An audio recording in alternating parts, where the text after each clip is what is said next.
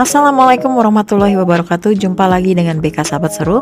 Pada kesempatan kali ini saya akan berbagi materi bimbingan konseling kelas 10 semester 1. Di materi yang ketujuh ini saya akan berbagi materi tentang pentingnya etika dalam kehidupan sehari-hari. Mari kita simak video berikut ini bersama-sama. Oke, kita akan melihat terlebih dahulu tujuan dari layanan bimbingan konseling ini. Yang pertama, mengembangkan pemahaman siswa tentang etika dan moralitas sebagai panduan untuk berperilaku dalam kehidupan sehari-hari. Kemudian yang kedua, membantu siswa menyadari pentingnya penerapan etika dalam interaksi sosial dan akademik. Dan yang ketiga, mendorong siswa untuk berkomitmen dalam menjalani kehidupan dengan prinsip etis dan moral. Oke, kita akan melihat definisi dari etika dan moralitas. Etika adalah aturan dan prinsip yang disepakati bersama oleh masyarakat untuk menentukan mana yang baik dan mana yang buruk dalam tindakan manusia. Kemudian moralitas adalah penilaian seseorang tentang benar atau salah yang bersifat lebih pribadi dan seringkali dipengaruhi oleh nilai budaya dan agama. Contoh, etika dalam berbicara, tidak berkata kasar, menjaga kepercayaan orang lain, bersikap adil dan jujur dalam tugas sekolah. Lalu apa saja pentingnya etika dalam kehidupan sehari-hari? Yang pertama, memperkuat interaksi sosial.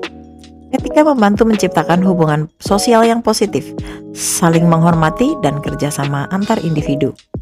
Dan yang kedua, membentuk karakter pribadi.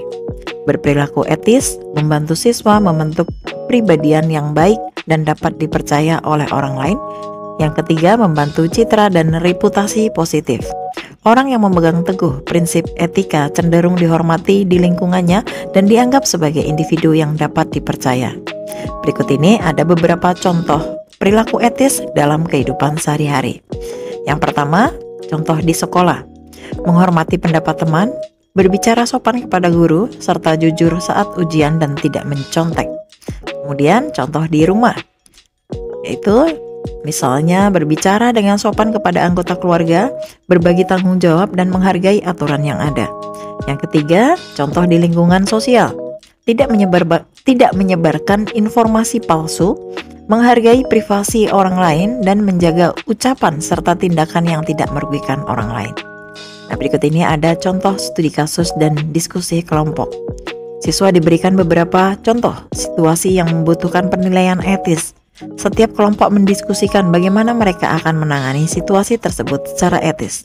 Contoh situasinya, jika kalian menemukan barang milik teman yang tertinggal di kelas, apa yang akan kalian lakukan? Atau bagaimana cara kalian menanggapi teman yang berbeda pendapat? Selanjutnya, kita akan melihat teknik penerapan etika. Yang pertama, membuat komitmen pribadi.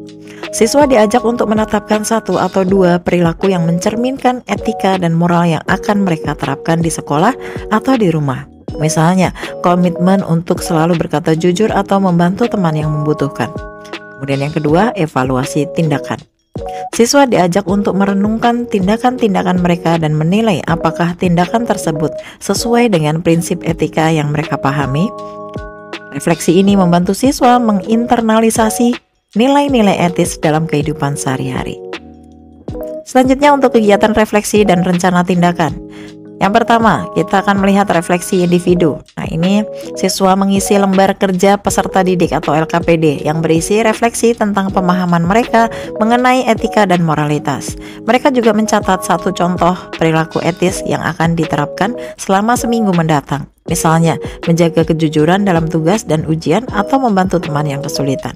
Kemudian yang kedua, rencana tindakan pribadi. Siswa merancang satu tindakan nyata yang akan dilakukan untuk menerapkan etika yang dipelajari, seperti berkomitmen untuk tidak berbicara kasar atau selalu menghormati pendapat yang berbeda. Selanjutnya, untuk penutup dan tindak lanjut. Ini kita sampaikan lagi, kita tekankan kembali pentingnya beretika sebagai dasar membangun kepercayaan dan hubungan positif dengan orang lain. Guru juga mengingatkan bahwa etika bukan hanya aturan tetapi juga kebiasaan yang perlu dipraktekkan setiap hari. Selanjutnya untuk tindak lanjutnya, kita akan memantau implementasi perilaku etis siswa di minggu berikutnya. Pada pertemuan berikutnya, siswa diajak untuk berbagi pengalaman tentang bagaimana mereka menerapkan etika dalam kehidupan sehari-hari dan tantangan yang dihadapi.